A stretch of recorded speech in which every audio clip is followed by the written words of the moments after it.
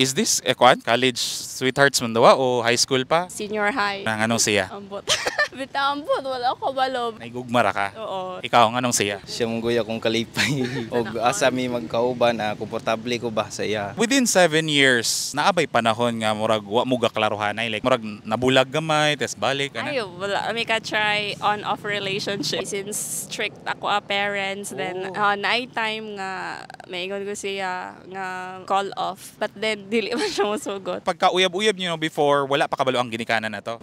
Pila pa ka years unsa ka balo? Pagka-college na ba, and because I got pregnant, Unsay na learn ninyo from that experience? it's very important nga sundon ang parents kay they know best. Study gid anay. Na naman mo diring kahimtanga at least sa uban, dili nila masud sa inyong gibuhat. Oo. Ikaw nga nang mga imong pamabdusan. Sa kugmara na guys. Dili malikayan pero dapat likayan unta na. Kasi mo nakatunan anong sitwasyon ninyo. Nakatunan. Napudo kayo nakatunan. Dili ragod nila sundon ragod ako. Sa imong gibuhat. Pwede manggaling ka na naging sa sakto nga edad o nanagoy sa steady nga trabaho. Okay ra mang uyab-uyab no pero ayo ra sa nang anang mutanga. Hatag tag mensahe para sa usag-usa. Love, thank you for understanding me. Nausahay, maldita ko. Bisag sala na ako siya, sorry. I love you. Tubag. Love, salamat pud kaayo nga ako imong gipili. Bisag sa lawayon ko, ta magpadayon rata. Matayon nagoy magbulag sa ato. Love you. Pwede mang makitag kiss. Ouch. Nakagama na kay imong bata no.